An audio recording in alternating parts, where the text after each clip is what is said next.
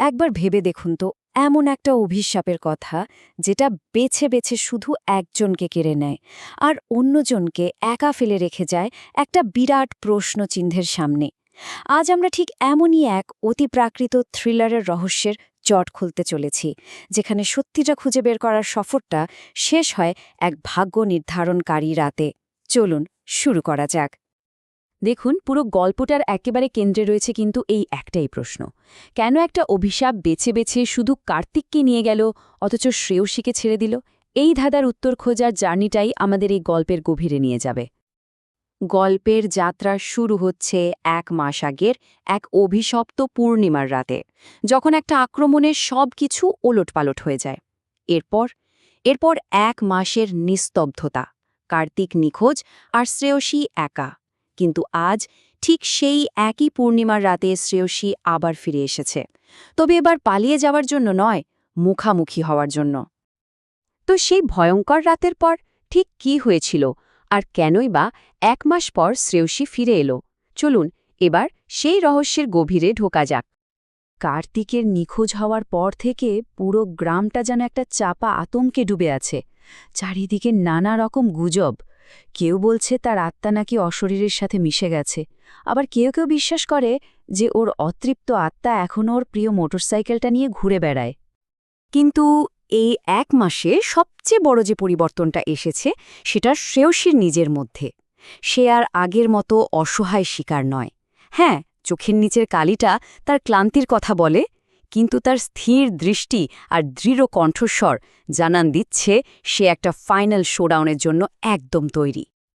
আর তার এই প্রস্তুতির সবচেয়ে বড় প্রমাণ হল, সে অতীত থেকে পালাচ্ছে না, বরং সে জেনে শুনেই ফিরে যাচ্ছে সেই অভিশপ্ত জায়গায়, ঠিক সেই পূর্ণিমার রাতেই, যা তার জীবনটা আমূল বদলে দিয়েছিল।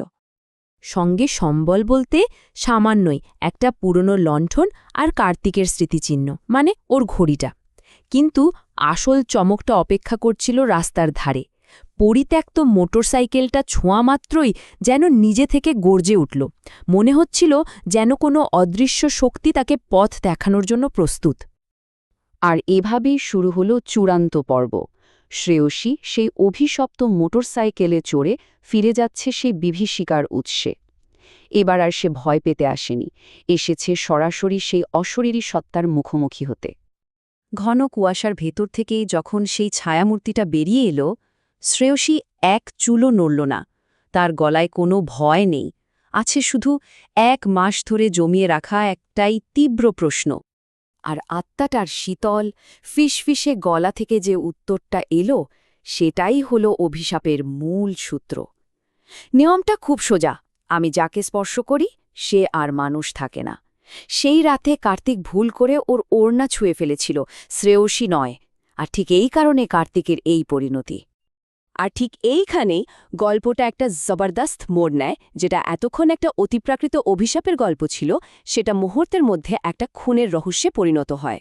শ্রেয়সীর লণ্ঠনের আলোটা শুধু পথের অন্ধকারই দূর করে না, বরং উন্মোচন করে এক ভয়ঙ্কর সত্যি। শ্রেয়সী এমন একটা সত্যির সামনে নিয়ে আসে যা আত্মাটাকেও একেবারে স্তব্ধ করে দেয়।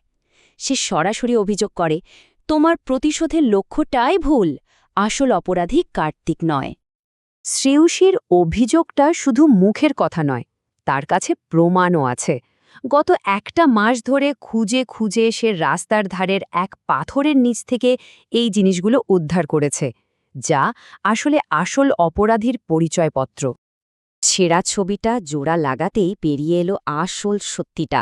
ছবিতে কার্তিক নয়, ছিল গ্রামের সেই জমিদারের ছেলে অমিত। সেই ছিল আসল খুনি। এই একটা আবিষ্কার পুরো গল্পের মোড়টাই ঘুরিয়ে দিল। সত্যিটা সামনে আসার পর আত্মাটার ১০০ বছরের জমে থাকা রাগ যেন নতুন একটা নিশানা খুঁজে পেল। আর তখনই তৈরি হল এক অকল্পনীয় জোট, একজন মানুষ আর এক অতৃপ্ত আত্মা।